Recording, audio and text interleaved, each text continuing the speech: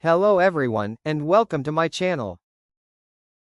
Today we're diving into a topic that sits right at the crossroads of education, immigration, and global mobility: how new UK visa metrics are reshaping international student growth plans.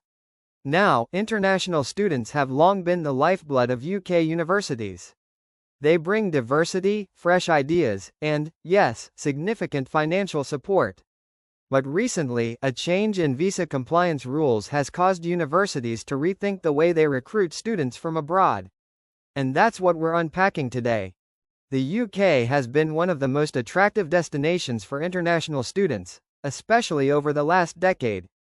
Post-Brexit, while the UK was trying to define its new global identity, international students became central to the narrative of being global Britain. But here's the catch: immigration policy is always politically sensitive. The government has been under pressure to cut net migration numbers. And one of the ways they're tightening the screws is through stricter oversight of universities that sponsor international students. Previously, UK universities were allowed to have up to 10% of their sponsored international student applications refused by UK visas and immigration. That gave them some flexibility. Let's be honest, in some markets, visa refusals are just part of the equation. Documentation errors, financial proof issues, or even perceived risk factors, these happen. But the government has now slashed that threshold in half. Universities can only afford a 5% refusal rate before they risk losing their sponsorship license. It might sound like just a technical change, but for institutions on the ground, this is a game changer. Here's why it matters. Universities rely on international students not only for cultural richness but also for financial stability. In many institutions, especially outside the top Russell Group universities, tuition fees from overseas students keep the lights on. Now, with the new metrics, universities can't just cast a wide net in high-demand markets. They have to be selective, cautious, almost risk-averse. Imagine being an admissions officer. Instead of celebrating high application numbers from countries like India, Nigeria, or Bangladesh, you now have to ask, what's our refusal rate from that country? Can we afford to take this risk? That shift could mean fewer opportunities for talented students in those regions, and fewer tuition revenues for universities already under financial pressure. Of course, we have to place this in a wider political frame. The government has been cracking down on what they see as the misuse of student visas. For instance, concerns around dependents, students working beyond permitted hours, or even using the student route as a backdoor into migration. So, this 5% threshold isn't just a number. It's part of a broader immigration narrative, one that balances attracting top talent with controlling borders.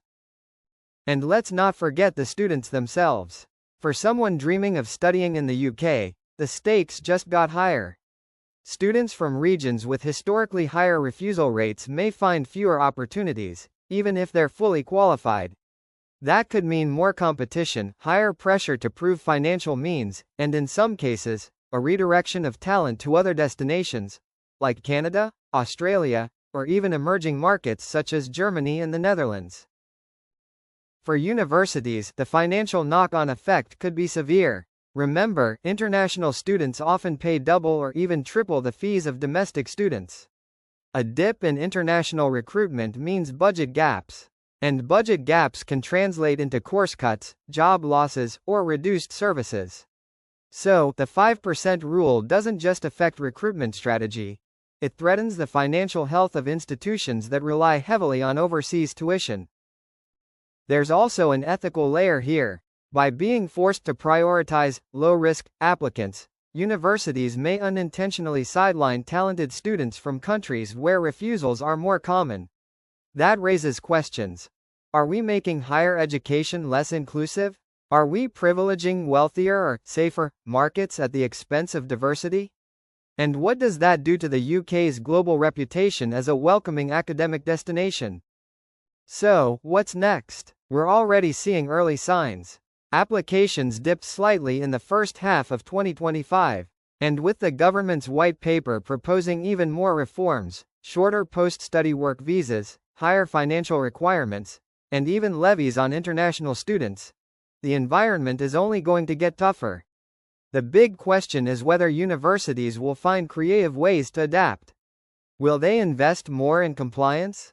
Will they diversify into markets with stronger visa success rates? Or will we see a slow decline in the UK's share of global student mobility? To wrap up, here's the takeaway.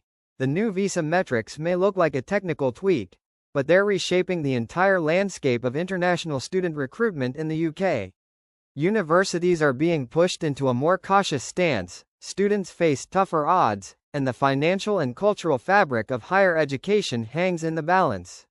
It's a reminder that immigration policy isn't just about borders, it's about classrooms, campuses, and the global future of education. Thanks for tuning in, and if you're a student, policymaker, or university leader listening to this, the message is clear. The ground is shifting fast, and how you respond will determine what the future of international education in the UK really looks like.